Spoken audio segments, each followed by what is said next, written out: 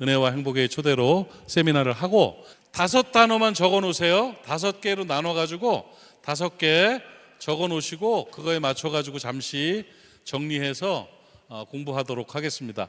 첫째, 뭘 적느냐면 맨 뒷장 여백에다가 박스를 해 가지고, 자, 첫 번째 뭘 적냐면 박스 해 놓고 맨 위에다가 행복의 기둥 써 놓으세요. 행복의 기둥. 그다음에 칸을 좀 띈 다음에 정서지능이라고 써 놓으세요. 뭐라고 쓰라고요? 정서지능. 그다음에 세 번째로 메타인지라고 쓰세요. 메타인지. 매주 할 때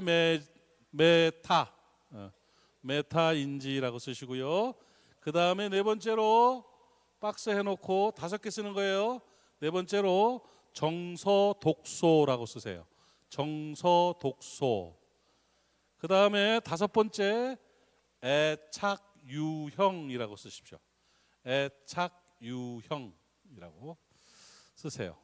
되셨죠? 5가지. 뭐뭐 쓰셨어요? 한번 읽어볼까요? 처음에 시작. 행복의 기둥. 두 번째 정서지능. 세 번째 메타인지. 네 번째 정서독소. 5번째 애착유형. 5개 다 썼어요? 요거를 정리하고 나면 굉장히 좋은 내 삶의 깨달음과 또 에너지와 효과를 얻게 되리라고 저는 생각을 합니다. 여러분 행복하기 원하시죠? 네, 한 사람은 행복해질 것 같아요. 행복하기 원하시죠? 사람은 누구나 행복하기를 원합니다. 그리고 사람에게는 행복해야 될 권리가 있습니다. 그리고 하나님께서도 하나님의 자녀들이 행복하기를 원하십니다. 뭔 말인지 알겠어요? 행복의 반대말이 뭐예요? 불행이죠. 불행. 하나님은 불행을 원하실까요? 행복을 원하실까요? 행복을 원하신다고. 그래서 팜플렛에도 가운데 딱 표본 나오는 것처럼 전도서 9장 9절을 같이 한번 읽어봅시다. 전도서 9장 9절 시작. 아멘.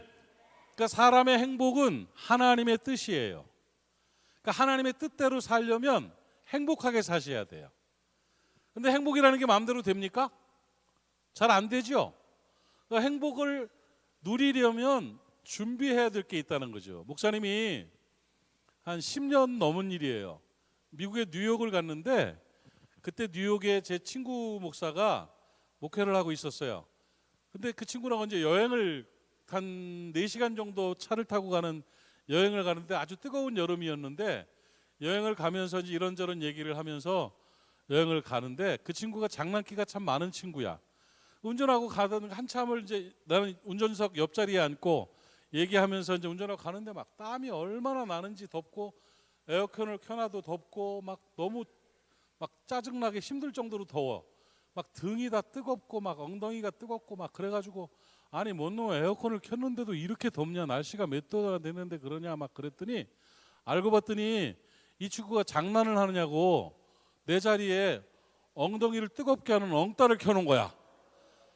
와, 30몇 도가 되는 날씨에 나도 모르게 그래가지고 막 그거 물을 뿌려도 그게 안 식대. 그때 그 기억이 나요. 기억이 나서 엉덩이 엉따를 자동차에 켜나가가지고 그 막 뜨거웠던 그런 기억이 있는데 내가 왜 뜨겁고 왜 에어컨을 켰는데도 불구하고 더우냐면 엉따를 켰기 때문이에요. 이유가 있었어요. 내가 왜 친구가 없느냐면 이유가 있었어요. 내가 왜 행복하지 않으냐면 이유가 있었어요. 왜 괜찮은데 내가 왜 불안하냐면 이유가 있어요. 왜 사람들이 나를 만나면 몇 달만 지나면 헤어질까? 이유가 있었어요. 왜 나는 축복을 받지 못하고 살지? 엉따를 켜서 그렇다니까. 괜히 그러는 일은 없어요. 왜 다른 사람은 행복하게 잘 사는 것 같은데 나는 왜 이렇게 어렵지? 엉따를 켜서 그래요. 원인 없는 결과는 없어요. 인풋이 있으면 아웃풋이 있는 거예요. 인생의 모든 것은 인과관계예요. 원인과 결과가 있다는 거죠. 그런데 다행스럽게도 행복이라는 것에도 인과관계가 적용이 돼요. 그러니까 행복을 준비하고 행복할 만큼의 뭔가가 만들어지면 하나님의 은혜로 나타나는 행복을 누릴 수가 있다는 거예요.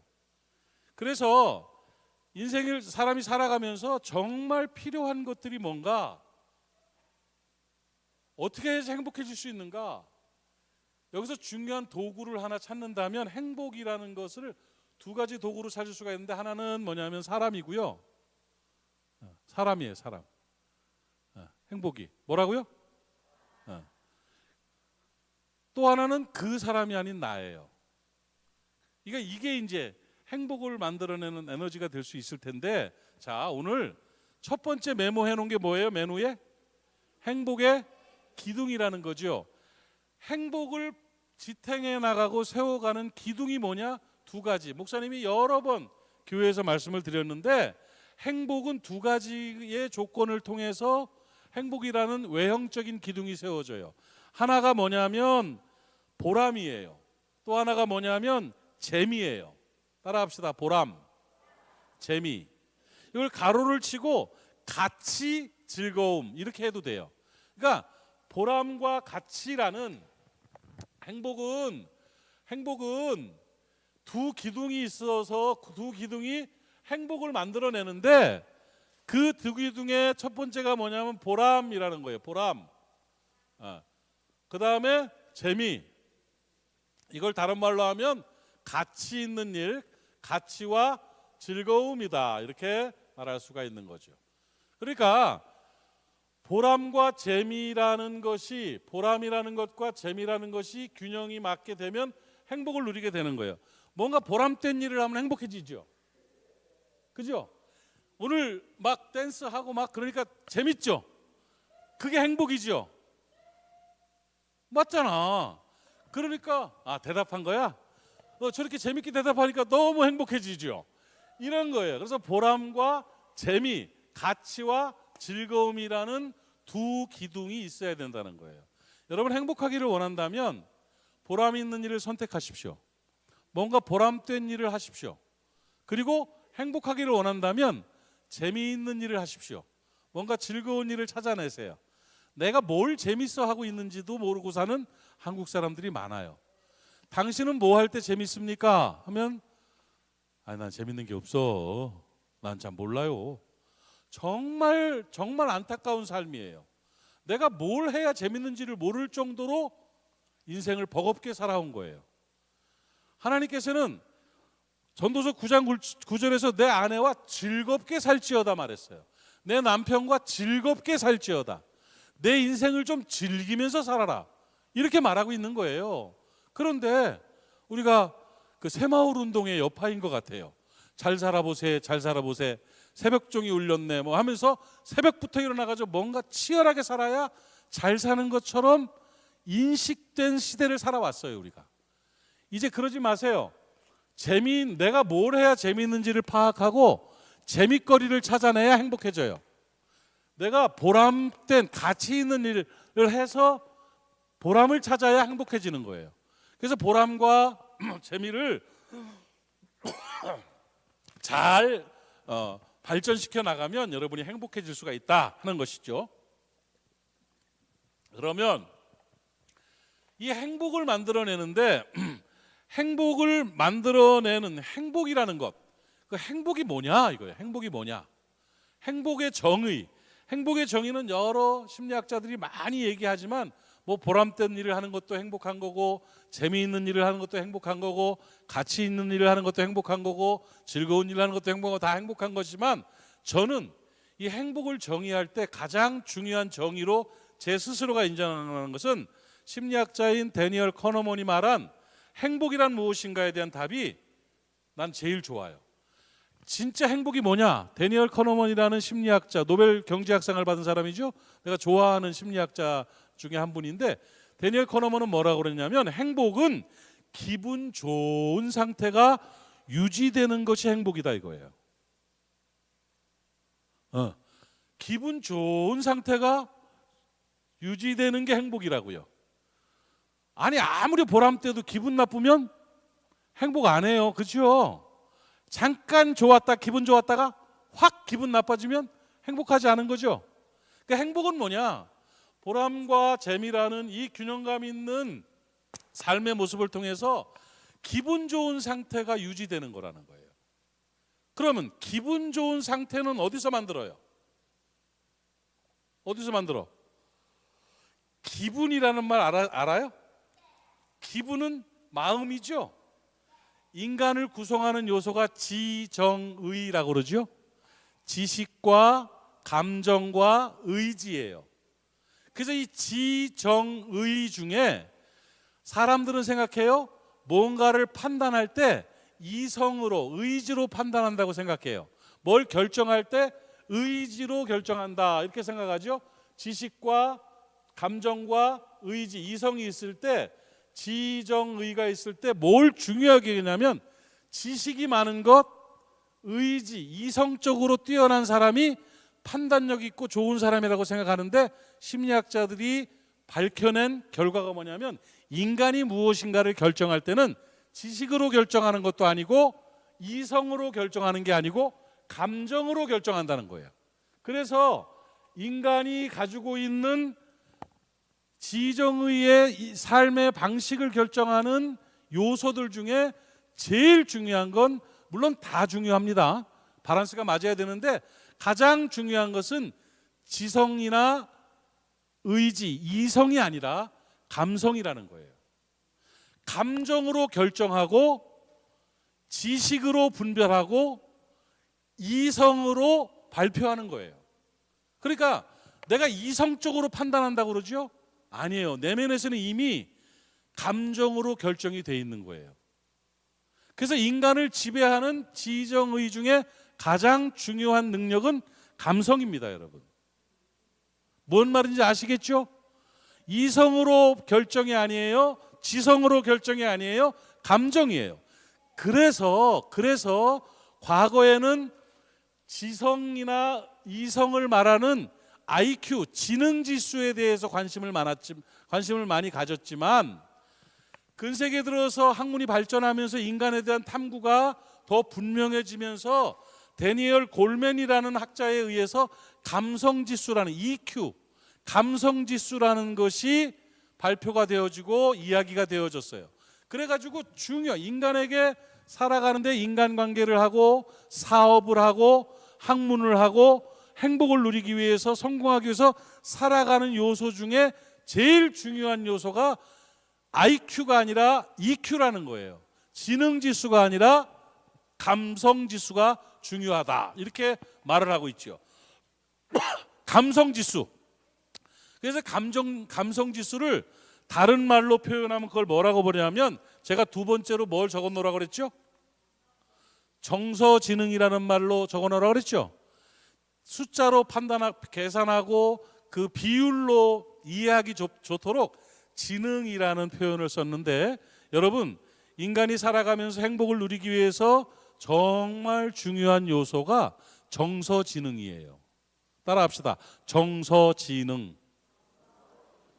그러니까 그 IQ라는 자기의 그 IQ 지수가 있잖아요. 그리고 자기의 그 점수를 평가한다고 할 때 사람으로서 훌륭하게, 행복하게, 좋은 관계를 맺으면서 영향력을 끼치면서 잘 살아갈 수 있는 건 지능 지수예요 하고 알고 있었는데, 지능이 높은 사람이 불행하게 사는 사람이 많더라고요. 지능 지수는 높은데 외롭게 사는 사람들도 많더라고요. 공부도 많이 했고 돈도 많은데 고독감 속에서 외롭게 죽어가는 사람들이 많더라고요. 왜 그러냐면 지능지수는 높은데 정서지능, 감성지수가 낮은 거야. 그게 밝혀진 거예요. 그래서 멋지게 살아가고 영향력 있게 살아가고 의미 있게 살아가고 힘 있게 행복하게 살아가려면 정말 필요한 게 뭐냐면 정서지능이라는 거예요. 정서지능. 그러니까 정서지능이 높아야 가정을 행복하게 이끌 수가 있고요, 부모 자식 간의 관계가 좋아질 수 있고요. 부부 간의 애틋함을 누릴 수가 있어요. 그래야 행복할 수가 있는 거야. 왜? 이 행복의 중요한 전제 중에 하나가 뭐냐면 관계라는 거거든요. 사람과 사람 사이의 관계, 인간관계가 결국은 보람도, 인간관계가 결국은 재미도 만들어내는 것인데, 이거를 만들어내는 힘이 뭐냐? 정서지능이라는 거예요. 내 정서지능은 어느 정도 수준인가를 알아야 돼요. 알파벳을 영어 단어를 많이 공부하고 수학의 공식을 많이 외우고 막 과학적인 인문학적인 지식들은 많은데 정서지능이 낮아가지고, 이게 낮아가지고 관계를 잘 하지를 못해. 그러면 어떻게 돼요? 불행해지는 거라고. 그래서 외롭고 힘든 거예요. 뭔가 해낼 수가 없는 거예요. 과거 우리 교육이 너무 지능지수에 관심을 많이 가졌어요. 근데 정서지능이 정말 중요한 거다 하는 것을 알아야 돼요. 그래서 두 번째 정서지능이라고 써놨죠. 정서지능을 여러 방면으로 표현할 수가 있겠지만 감정적인 영역이에요. 감성의 영역인데, 이 감성의 영역 중에서 정서지능은 세 가지 정도로 정리할 수가 있겠어요. 하나가 뭐냐면 자기에 대한 이해, 그 다음에 타인에 대한 타인 이해, 그 다음에 상호작용. 이 세 가지가 균형감 있게 잘 되고 점수가 높으면 정서지능이 높은 사람이에요. 그러니까 정서지능이 높은 사람은 잘 살아요. 어디 내놔도 사람들을 몰고 다녀요. 끌어당겨요. 그리고 막 편하고 행복해져요. 즐거움을 누려요. 그래서 이 정서지능이라는 세 가지가 중요한데, 요즘 이제 가르치는 것 중에 타인에 대한 이해라든지 상호작용에 대한 부분들을 굉장히 강조해요. 뭐 사람들에게 무례하게 하면 안 됩니다. 좋은 관계를 맺어야 됩니다. 공감해야 됩니다. 막 이렇게 얘기를 하죠. 그래서 타인에 대한 이해도가 높아야 되고, 그 다음에 상호작용에 대한 그 작용의 정서지능이 높아야 되는 것은 분명해요. 그런데 오늘 우리가 정리해야 될 한 부분이 뭐냐면 자기 이해라는 부분이에요. 자기 이해가 되지 않는 사람은 타인 이해를 할 수가 없습니다. 자기 이해로 남을 이해하는 영역이 넓어지는 거예요. 정서지능의 본질을 한 가지를 말해라 그러면 자기 이해, 자기가 나는 누구인가, 나는 무엇을 하는가, 나는 어떤가 하는 상황들이에요. 제일 쉬운 게 뭐냐면 자기 이해의 영역 가운데 제일 잘 나를 점검할 수 있는 게 뭐냐면, 세 번째 뭐를 적어 놓으라고 그랬어요? 메타인지라는 걸 적어 놓으라고 그랬죠. 메타인지 능력이에요. 내가 메타인지가 있느냐 없느냐, 메타인지가 있느냐 없느냐에 따라서 내 자기 이해에 대한 정서지능이 높은가 낮은가를 분별할 수 있어요. 그럼 메타인지가 뭐냐? 메타인지는 자기 인지의 차원 높은 관점이에요. 그러니까 나에 대한 발견, 나에 대한 통제의 능력을 메타인지라고 그래요. 이렇게 말하면 굉장히 어렵죠? 어렵잖아요. 아주 쉽게 얘기해요. 메타인지가 높은 사람은 어떠냐면, 내가 이 말을 하면 저 사람 기분이 어떨까를 인지하는 거예요.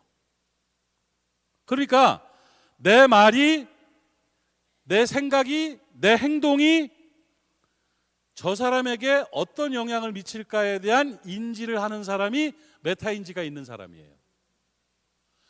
많은 사람들은 메타인지 능력이 없습니다. 집안이 파괴되고 이혼하는 가정, 부모 자식 간에 깨진 가정들을 보면 메타인지의 부족이에요. 그러니까 지 할 말만 해. 내가 이 말을 하고 무슨 말 하는지를 몰라. 내가 지금 뭔 말을 하고 있는지를 모르고 퍼버. 내가 이렇게 말하면 아내가 얼마나 힘들까를 전혀 인지하지 않아요. 그래서 막 말하는 거예요. 내가 이렇게 말하면 아이에게 어떤 영향이 될까에 대한 인식을 못하고 있어요. 메타인지가 안 돼요. 그리고 자기 멋대로 사니까 사람들이 떠나는 거예요. 그분 옆에 가면 버티면서 살긴 하는데 막 갈기갈기 찢어지는 거예요. 자기 마음대로 말하니까 내 말이 상대방에게 어떤 영향을 미칠까? 이렇게 말하면 저 사람 기분 어떨까? 이거예요. 이게 메타인지가 어려운 게 아니라고. 내가 이런 말하면 남편의 마음이 어떨까? 내가 이런 말하면 아내 기분이 어떨까? 이거 인지하는 사람이 자기 이해에 대한 정서지능이 높은 사람이에요. 자기 이해에 대한 메타인지가 있는 사람들, 자기 이해에 대한 정서지능이 높은 사람들은 당연히 타인에 대한 이해가 되겠지요. 이 말하면 싫어할 거야. 이 말하면 슬퍼할 거야. 내가 이렇게 하면 기분 좋을 거야. 내가 이렇게 하면 신나할 거야. 이거예요. 그러니까 메타인지를 가지고 있으면 당연히 상호작용이 잘 되겠죠. 그런 거예요. 그러니까 학문적으로 깊은 뭐 그런 걸 찾을 필요도 없고, 내 하고 싶은 말 다 하고 살지 말라는 거예요. 내가 원하는 생각 다 하고 살지 말자는 거예요. 내 것만 다 주장하고 살면 안 된다는 거예요. 내 행동을 통해서 어떤 영향이 미쳐질까에 대한 객관적으로 보는 능력이 있어야 정서지능이 높은 사람이에요. 여러분의 친구들 중에 메타인지가 없는 사람이라면 빨리 돌아서십시오. 의리고 멋이고 자기 생각만 하고 자기 입장만 알고 자기 주장만 하고 자기 맘대로 얘기하고 시간 조금 지난 다음에 미안해 해가지고 그냥 밥 한번 사주고 또 넘어가고 이렇게 하면 안 돼요. 자기 마음에 상처를 주는 사람이 있다면 적절한 상황에서 돌아설 줄 아는 결단이 필요해요. 근데 또 내가 그런지를 모르는 사람도 많아요. 상대방에게 내가 그런데 저 사람은 저래 이래가지고 그런 경우도 많은데, 어쨌든 간에 정서지능과 메타인지에 대한 개념들을 좀 잘 아시고 오늘 이번 수련회를 통해서 한 가지만 좀 기억하면 좋겠어요. 내가 이렇게 말하면 저 사람은 기분이 어떨까? 멀리 갈 것도 없어. 그냥 내 말에 우리 아이가 어떤 기분일까? 내 말에 우리 엄마가 어떤 마음일까? 내 이 표정 때문에 내 아내가 어떤 느낌일까? 그냥 견디고 버티고 살아. 이러고 말하기에는 우리 인생이 너무 아까워요. 내가 조금만 고치면, 내 정서지능이 조금만 풍성해지면 굉장히 행복해지거든요. 여러분, 인간관계나 심리학이나 인성에 대해서 우리에게 희망이 되는 말이 뭐냐면 1%만 바뀌면 완전히 바뀐다는 거예요. 그러니까 180도 달라지면 정신병자 되는 거야. 그건 안 돼. 저 사람이 아주 180도 달라졌어. 그럼 치료받아야 돼. 그걸 노리지 마세요. 1%만 달라지면요, 인생이 바뀌어요. 조금만 다르게 표현하세요. 조금만 다르게 생각하세요. 조금만 다르게 행동하세요. 조금만 좋아지세요. 조금만 좋아지면 나머지가 좋아지는 거예요. 그러면 이 메타인지라든지 정서지능에 대한 우리가 이야기를 했는데, 왜 나는 정서지능이 낮을까? 왜 나는 메타인지가 없을까? 왜 그렇게 나는 이기적으로 자라왔을까? 나 성격이 그런 걸 어떻게 하겠어? 그러면 그 내 성격은 무엇 때문에 그렇게 만들어졌을까? 하나님께서 은사로 주신 것일까? 아니라는 거죠. 자라온 과정의 생육력에 따라서 그 자라온 과정들이 나를 그렇게 형성해서 내가 정서지능이 낮게끔 다듬어져 온 거예요. 그렇게 조정되어 온 거예요. 그래서 메타인지나 자기의 타인 이런 것들이 없는 사람이 돼버렸죠. 그래서 우리의 정서를 망가뜨리는 요소들이 있을 거 아니에요. 건강해야 되는데, 행복해야 되는데, 남 입장 잘 이해해 줘야 되는데, 즐거워야 되는데, 뭔가 너그럽고 막 온유하고, 온유 어디 갔냐? 잘 들어라. 막 이래야 되는데, 나는 왜 내 정서에 대한, 물론 과거에 살았던 사람들이 그때 상황에 따라서 이 정서지능이 낮게끔 우리나라는 형성이 돼 있었어요. 그래서 행복도가 낮은 거예요. 과거 여러분 지금 젊은이들이 엄청 어렵게 살아요. 지금요 여러분이 살 때보다 지금 젊은이들은요 너무너무 바쁘고 힘들게 치열하게 살아요. 그런데 묘한 일이 뭔지 아세요? 행복지수는 여러분보다 높아요. 지들이 하고 싶은 거 하고 살아요. 그 어려운 가운데도 즐길 줄 알아요. 치열하게 살면서도 숨통 트일 일을 해요. 그런데 우리 어른들은 과거의 인식 때문에 놀면 죄 짓는 것 같아. 그래가지고 뭔가를 노는 거에 대한 불안함이 있어요. 그 재미라든지 자기의 정서적 발전을 위해서 뭔가를 투자하는 일에 대해서 굉장히 두려워하는 게 현실이에요. 그래요, 안 그래요?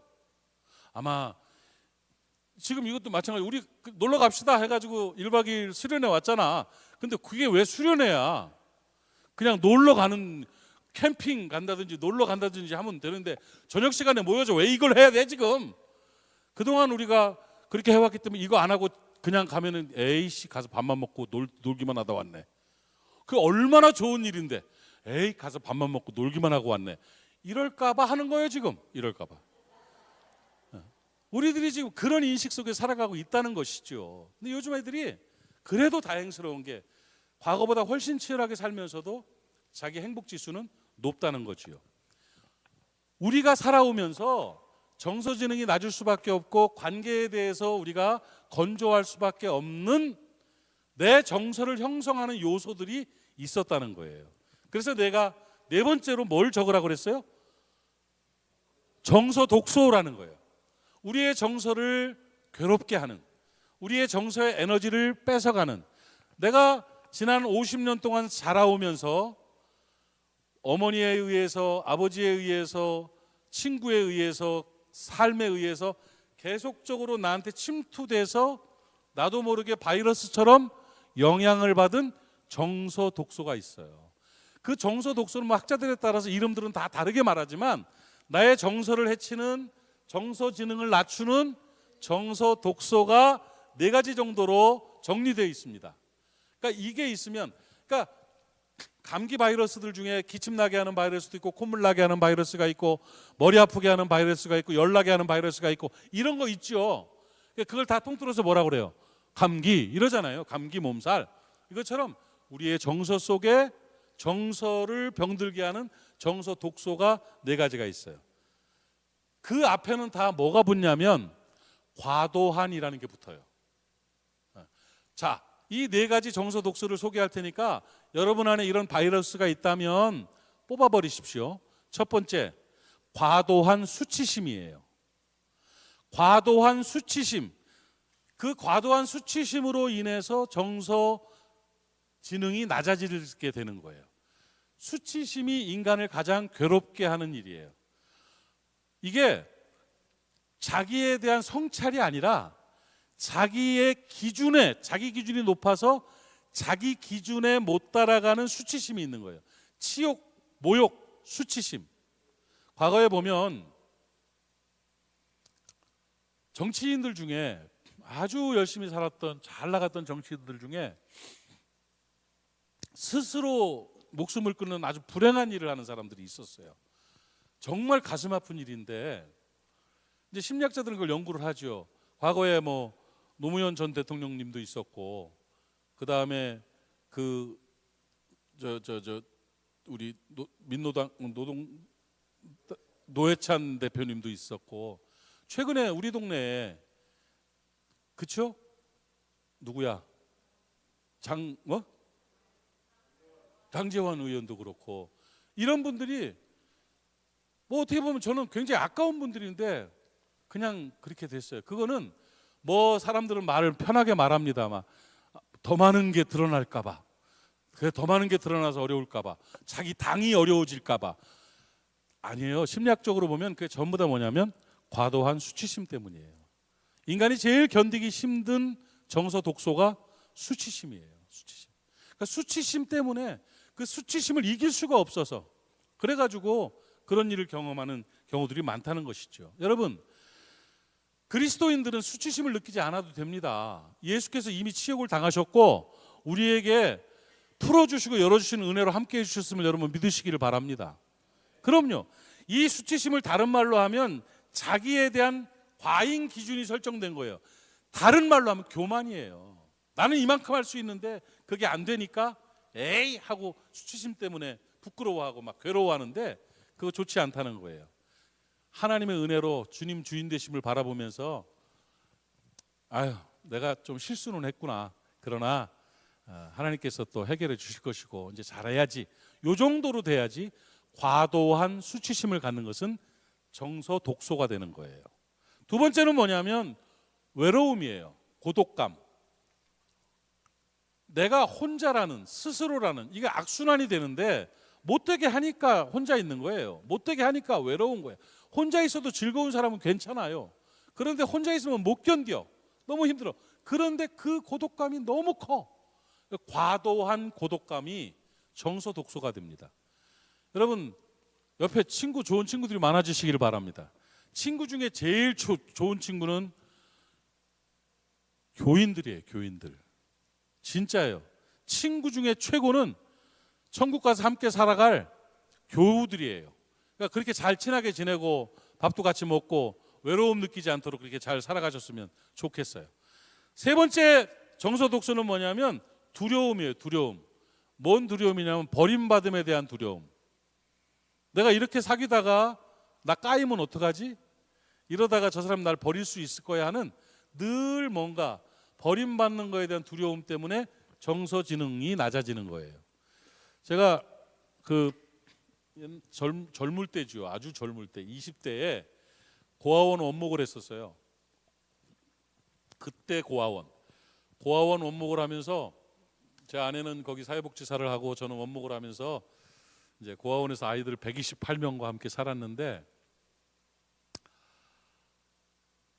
얘들의 특징이 뭐냐면 버림받음에 대한 두려움이 너무 큰 거예요. 선생님한테 정을 안 줘요. 거기 그 각 호관, 각 방마다 그 담당하는 보모들이 있잖아요. 그런데 겉으로는 최선을 다하는데 진짜 정을 안 줘요. 왜냐하면 부모에게도 버림받았잖아요. 선생님들 한 2, 3년 있다가 갚버리잖아요. 정 폭 줬다가 상처받고 정 폭 줬다가 떠나버리고 그러니까 이게 몇 번이 반복이 되니까 정을 안 줘. 그런 면이 있다고. 그러니까 그 아이들이 정서가 너무 힘들고 자꾸 위축이 되더라고요. 그걸 좀 극복하기 위해서 노력을 좀 많이 해봤는데 잘 안 되더라고. 안 되는데 이런 것처럼 뭔가 버림받음에 대한 두려움들 내가 그러니까 분리불안 뭐 이런 것들을 느끼는데 과도한 두려움은 조심하는 건 괜찮지요. 근데 과도한 두려움은 바로 정서 독소가 된다는 거예요. 네 번째는 뭐냐면 죄책감이에요. 죄책감. 다 내 탓이다. 다 내가 엄마가 다 잘못했어. 아버지가 잘못했다. 미안하다. 다 이걸로 넘어가는 이 죄책감, 모든 게 내 잘못이라는 괴로움을 느끼고 있는 것은 정서 독소가 되는 거예요. 여러분 그리스도 안에서 자유함을 누리시기를 바랍니다. 예수 그리스도의 자유를 주심은 영혼의 구원뿐만이 아닙니다. 여러분의 정서의 자유를 주셨음을 여러분 믿으시기 바랍니다. 그리스도 안에서 수치심이나 고독감이나 두려움이나 죄책감들이 극복되어지시기를 바랍니다. 그래서 우리가 복 있는 하나님의 사람으로 살아갈 수 있기를 바랍니다. 그래서 이 정서 독소라는 것은 정서를 망가뜨리는 정서 지능을 낮추는 정서 독소는 수치심과 외로움과 두려움과 죄책감이다. 이렇게 정리하면 되고요. 마지막으로 그러면은 이런 정서 독소들이 해소가 되어지고 극복이 되면서 우리들이 인간관계를 잘하면서 살아가야 되는데 인간관계를 하는 데 있어서 불편하게 만드는 유형이 있다는 거죠. 애착 유형이라는 게 있어요. 마지막으로 적어놨죠? 애착 유형은 안정 애착은 괜찮아요. 두 가지가 있어요. 안정 애착과 불안전 애착이 있어요. 안정 애착은 잘 지금 화합하면서 살고 있으니까 안정 애착은 좋은데 불안전 애착이라는 것이 뭐냐면 세 가지 유형이 있어요. 세 가지 유형이 있는데 사람들을 대하는 방식이에요. 저도 이것을 극복하기 위해서 노력을 많이 하고 있는데 알면 돼요. 알면 깨달으면 되는데 이 불안전한 애착관계, 불안전한 친밀한 관계, 불안전한 인간관계를 만들어내는 유형 세 가지. 첫 번째는 거부형이에요. 거부형. 피하고 싶은 거예요. 그러니까 부부간에 문제가 생기면 부부가 무슨 왼수입니까? 그냥 얘기하면 되잖아. 풀면 되잖아. 용서하면 되잖아요. 이야기하면 되잖아요. 그런데 이 거부형의 애착 유형을 가진 사람들은 피합니다. 회피형이 되는 거예요. 회피해서 도망가 버려요. 그리고 인간관계를 하면서도 회피 성향을 가진 사람들은요, 이렇게 뭔가를 해결하고 같이 부딪혀서 이게 풀어가려는 생각 안 하고 도망가 버려요. 그 회피 유형이 애착 유형의 부정적인 유형의 관계의 부정적인 유형이 아주 불합리한 좋지 않은 유형이에요. 그래서 회피형 성품은 일하기가 참 스스로 많이 힘들어해요. 근데 제가 제 심리 테스트를 해보면 여러분의 담임 목사님이 회피 성향이 있어요. 그래서 힘든 일을 피하고 싶어하고 불편한 사람을 피하고 싶어하고 극복하기보다는 기다리고 이런 성향들이 있죠. 회피 성향이 많은 사람들 중에 어떤 사람이 그러냐면 카톡에 일십이라는 거 알아요? 읽고 씹었다. 그죠? 일자가 없어지는 거. 분명히 내가 카톡을 보냈어. 일자가 없어졌어. 답장이 없어.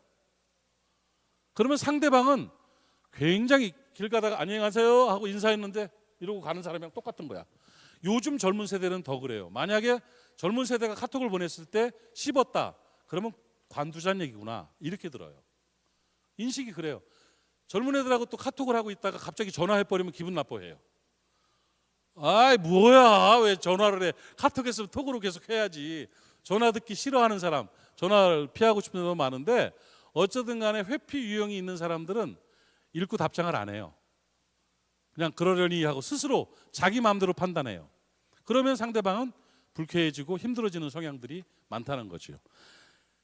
이 애착 관계, 그 관계 형성에 있어서 거부형은 해결되는 시간들이 오래 걸리고 좋은 관계를 맺어가는 그 수가 적어지게 돼 있어요. 그래서 거부형 유형, 도망가는 유형은 과히 좋지 않습니다. 거부형 유형의 부부 중에 아내나 남편이 거부형 유형을 갖고 있으면 한 사람이 노력을 엄청 많이 해야 돼요.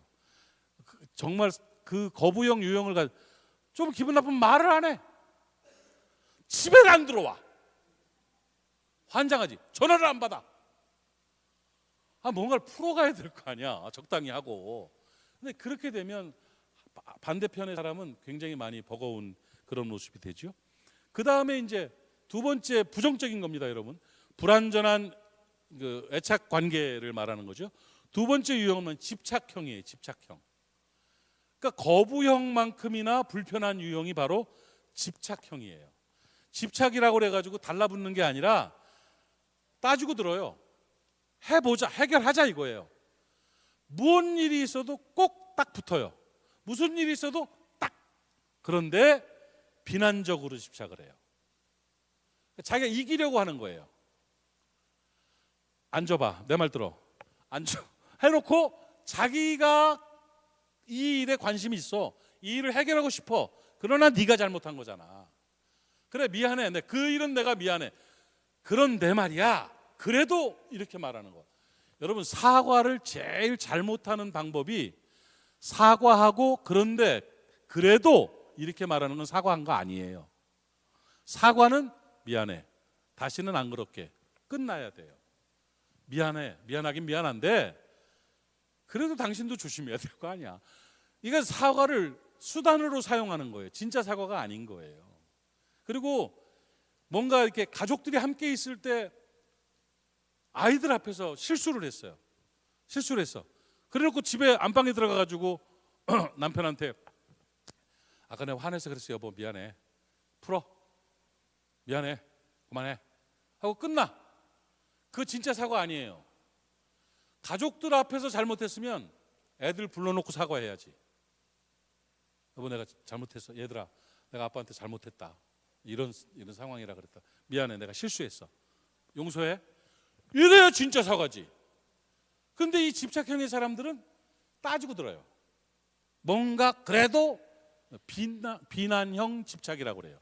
비난형 집착을 갖는 경우가 있어요. 이런 사람도 좋은 관계를, 애착 관계를 맺을 수가 없지요. 그런 사람들 친구가 없어요. 진짜 편안하고 친한 사람이 없어지는 거죠.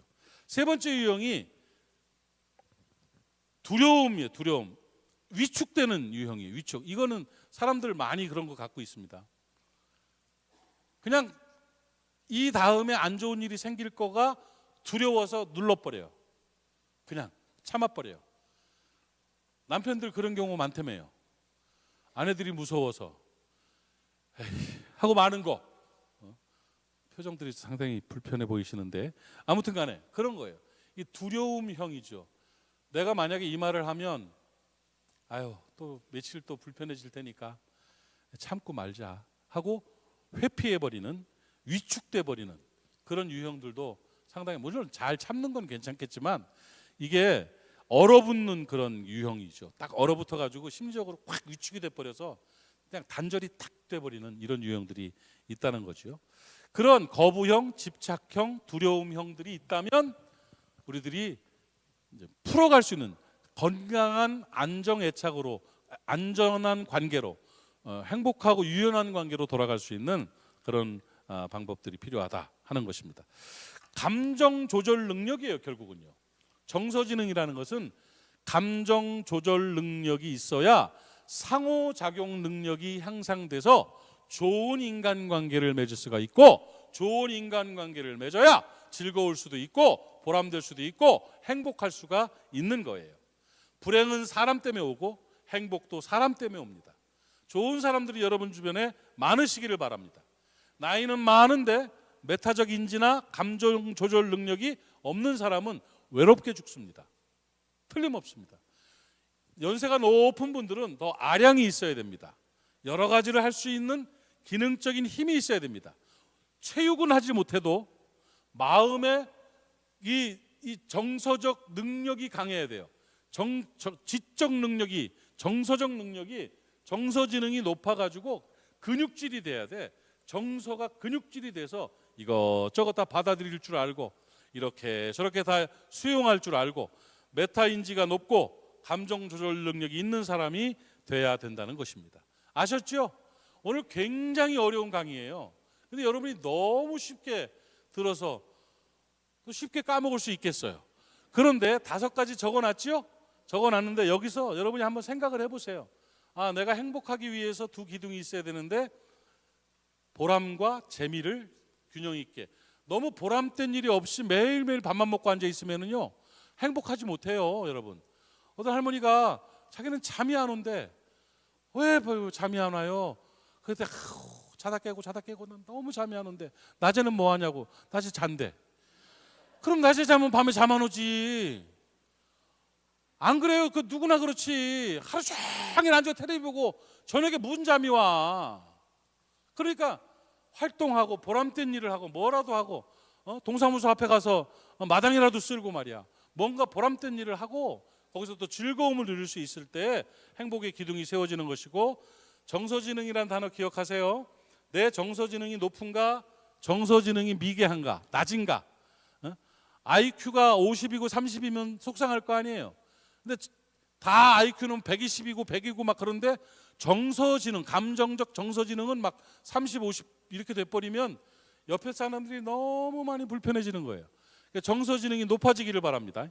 자기 이해, 그래서 메타인지가 높아져서 다른 사람이 어떨까를 기억하고 정서 독소를 없애고 애착 유형의 거부적인 부정적인 애착 유형이 사라지는 지혜가 있어야 되고, 5분만 더 얘기할게요. 내가 시간이 늦게 시작했으니까. 그 뒤에 그래서 이제 교재를 보시면 행복은 조건이나 상황에서 오는 것은 아니에요. 그렇지만 행복을 위해서 외형적으로 준비해야 될 게 있다는 거죠. 젊은이들 잘 들으세요. 젊은이들 잘 듣고 어린이들도 잘 들으세요. 인생을 살아가면서 외형적으로 내가 이걸 갖추고 있어야 행복이라는 것을 만들어낼 수 있는 그런 틀이, 기초가 마련된 거야. 뭐냐면 행복하기 위해서 만들어야 될 7가지 필요 조건이에요. 하나님께서 7가지 행복의 조건들을 채워주실 거예요.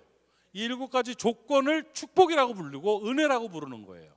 자, 첫 번째, 행복하기 위한 절대적인 건 아니지만 조건들 중에 첫 번째가 뭐냐면 건강한 몸과 마음이에요.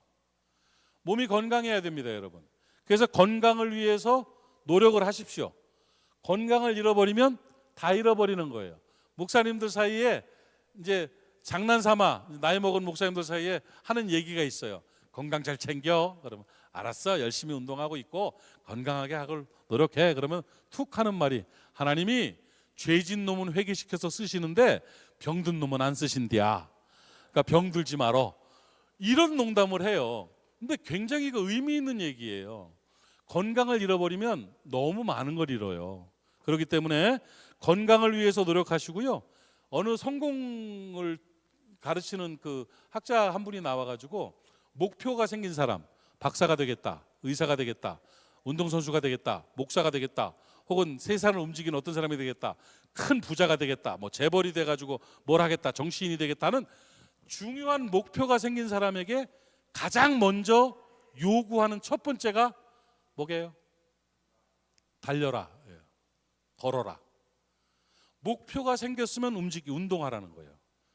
그래서 운동해서 몸이 달라지면 정신도 달라지고 목표를 이룰 수가 있다는 거예요. 뭔 말인지 알겠죠? 첫 번째 조건이 건강이고, 아까 이제 정서지능 얘기했으니까 건강한 몸과 건강한 마음.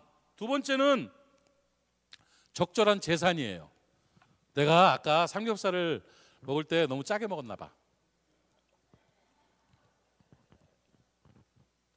너무 많이 먹고 건강한 몸을 하라고 강의하면서 지는 막 돼지같이 먹고.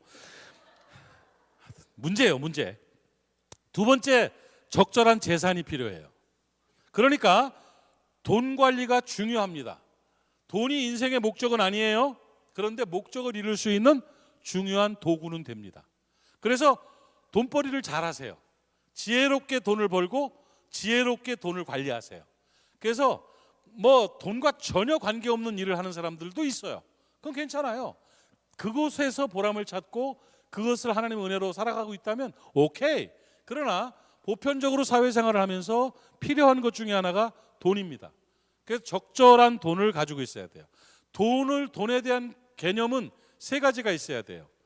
첫째, 드림. 두 번째, 나눔. 세 번째, 누림이에요. 따라합시다. 드림, 나눔, 누림. 세 가지 단어를 기억해야 돼요. 드림, 하나님 앞에 드릴 줄 알아야 돼요. 10분의 1을 드리면 복 주세요. 10분의 1을 드리면 하나님이 내 주인이라는 걸 고백하는 거예요. 해보세요. 안 하시는 분들. 진짜라니까. 내가 내가 이게 만약에 이게 아니라고 내가 믿었으면 나는 우리 아이들 11조 못하게 해요. 얼마나 악착같이 보는데 거기서 악착같이 11조를 떼어가지고 11조 드리게 하나? 하지 마라. 에? 하지 마. 너 교회도 딴 데 나가니까 너네 하지 안 해도 돼. 이럴 거 아니요. 아닙니다. 평생 다른 건 다 못해도 10분의 1은 정확하게 드려라. 지금 우리 아이들 그렇게 하고 있어요. 왜? 그것이 진리니까. 그 심정으로 여러분한테 말하는 거예요. 내 돈 얘기하는 거 아니야 이거 진짜. 그러니까 드림. 그 다음에 나눔이 있어야 돼요. 주고 나누면 많아져요. 진짜입니다, 여러분. 내가 그 얘기 했었죠. 제가 돈이 좀 쪼달릴 때 쓰는 방법. 돈이 쪼달리면 아끼고 지출을 줄이는 게 좋은 방법이죠? 아니에요. 저는 돈이 부족하기 시작하면 나눠줍니다. 정말이에요. 카드를 긁어서라도 베풉니다. 해봅니다. 아직껏 카드 한고가 얼마나 많은데 해고 나누면 정말 틀림없어요. 나눠주면 채워주시고 더 주셔요. 주라 그리하면 흔들어 넘치도록 하여 너에게 도로 안겨주리라. 성경이라고. 성경. 과도히 아끼면 어떻게 된다? 가난해질 뿐이라. 성경대로 살아야 돼요. 그래서 나눔이라는 거예요. 여러분 잘 나누십시오. 제가 다음 주에 대구에서 컴패션 그 세미나가 있어요. 다음 세대를 품는 세미나가 있는데 컴패션 지원하는 걸 한 10여 년을 했더라고요, 보니까. 근데 그걸 매번 돈이 좀 비싸거든 다른 거에 비해서 끊을까 어쩔까 하다가 정말 지금까지 버텨온 이유 중에 하나가 내 마음이 그거예요. 그걸 끊으면 그 아이도 힘들어지지만 나도 힘들어진다는 걸 내가 분명하게 알기 때문에 못 끊어요. 저는 은퇴할 때까지 해야 돼요. 근데 그 컨벤션 세미나를 거기서 한다고 그러더라고. 그래서 가서 그거 볼 것인데, 여러분 우리 모리아 성도들은요 나눠서 복 받는 사람 되시기를 축복합니다. 아멘. 잘 나눠줘 보세요. 제가 지난주에도 어떤 권사님하고 얘기하다가 했는데 내가 깜짝 놀란 게 대연교회 얘기했어요. 대연교회 알죠? 우리 임성국 목사님 목회하시는 교회. 총회장 하면서 4억을 썼대. 와, 돈 엄청 썼어요. 그것도 뭐 대충 이렇게 잘못 쓴 게 아니라 나누고 베풀면서 어디를 가도, 이번에 총회 가도 그렇고 어디를 가도 계속 목사님이 막 200만 원어치 100만 원어치 막 사. 밥을 막 사. 그래 나는 아니 형 교회가 얼마나 커걸래 이렇게 퍼주고 그러는데 돈이 남아있대. 지금 몇 억이 남는데요. 아, 큰 부자가 있어? 몇천 명 모여? 아니야. 그런데 희한하대. 하나님 앞에 방법대로 한 거예요. 그게 선교를 얼마나 많이 하고 나눠주고 베풀어주는 일 많이 해요. 그러니까 채워준다니까요. 진심에 우리 장로님들도 그런 마인드를 가지고 나누자, 베푸자, 쓰자 하세요. 오병이의 기적이 나타날 줄로 믿습니다. 여러분의 가정 안에 가정이 복을 받고 자녀들이 잘 되려면 돈을 잘 나눠야 돼요. 움켜쥐고 있는 가정은 절대로 크게 못 돼요. 1,000만 원 버는 거지가 있고 100만 원 버는 부자가 있어. 세 번째는 누림이에요. 돈을 자기의 행복을 위해서 쓰세요. 악착같이 모아놓고 악착같이 죽지 말고. 돈 모아놓고 죽는 사람들이 제일 불쌍한 사람이에요. 쓰세요. 또 채워주셔요. 나를 위해서 선물하세요. 나를 위해서 내가 행복하기 위해서 돈 쓰세요. 흥청망청 낭비할 사람 여기 한 명도 없어. 적절하게 필요한 대로 누리며 살 수 있기를 바랍니다. 아셨죠? 재물을 잘 관리하십시오. 복 받을 만한, 재물의 복을 받을 만한 삶을 사시기를 축복합니다. 세 번째로 필요한 게 집이야. 집, 주거, 적당한 집. 내가 살 수 있는 적당한 집이 있어야 돼요. 내가 거기서 죽을 수 있는 적당한 집이 있어야 돼요. 뭐 어젯밤에 어디 집에서 자고 왔어요? 그럼 됐어요. 그럼 된 거야. 그런 집들이 있으면 되는 거예요. 자기 집에 대한 개념도 중요하고, 다섯 번째, 일이 있어야 돼요. 보람 있는 일, 뭔가 보람된 일들을 봉사를 할 것이 있고 내가 전문적으로 도울 수 있는 일들을 찾아서 할 때 행복해져요. 다섯 번째, 중요해요. 함께하는 친구가 있어야 돼요. 사람이 필요합니다. 김영석 교수가 100세가 넘게 사셨는데 지금 제일 힘든 게 뭐냐면 친구가 없대요. 왜? 다 돌아가셨대. 100살이 넘게 사니까 친구가 다 이분은 강의하고 다니시는데 친구들이 다 돌아가셨대. 그게 외롭다. 그 얘기 하시면서 정말 사람에게 필요한 건 좋은 친구다 하시더라고요. 좋은 친구들이 꼭 있기를 바랍니다. 제가 얘기했죠. 키펄슨이 몇 명? 15명. 15명의 키펄슨이 있는 사람이 건강한 정서를 가진 사람이에요. 내 마음을 알아주는 사람, 내가 돈을 써도 아깝지 않은 사람, 나와 함께하는 사람이 몇 명? 여러분 다 15명 넘죠? 아니 이 교회 안에 몇 명인데 여기서 만약에 15명을 못 만들었으면 누구 잘못? 내 잘못. 그럼요. 당연한 거예요. 그래서 키펄슨들이 있어야 돼요. 여섯 번째는 성품이 좋아야 돼요. 성숙한 성품, 정서 지능이 높은 성품. 일곱 번째는 내일을 준비할 줄 아는 사람이 돼야 돼요. 그래서 미래에 희망이 있고 내년에도 잘 되고 10년 후에도 잘 될 수 있도록 준비하는 사람. 그리고 천국까지 준비할 수 있는, 천국 가서 상 받을 만한 준비를 하는 좋은 사람 되시기를 바랍니다.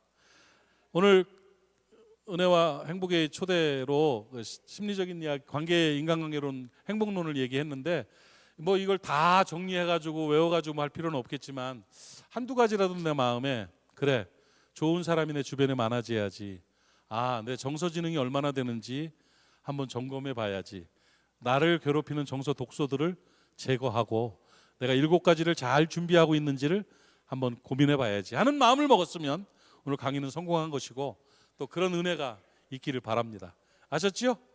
기도하겠습니다. 하나님 아버지 고맙습니다. 피곤한 시간이지만 사랑하는 사람들이 함께 모여서 행복에 관해서 이야기를 나누고 정서와 인간관계에 대해서 솔직하게 고민을 나눴습니다. 하나님, 오늘 들은 이야기들이 우리의 삶에 유익이 되게 하시며 부족한 부분들을 치유하고 회복하는 은혜와 능력이 될 수 있도록 도와주시옵소서. 우리의 감성을 주님 지배해 주시옵시며 은혜 나리워 주시어서 정서의 지능이 높아지게 하여 주시옵시고 풍성한 삶을 살게 하옵시며 행복한 관계를 맺어갈 수 있도록 은혜 허락해 주시옵소서. 감사하며 예수님의 이름으로 기도하옵나이다. 아멘.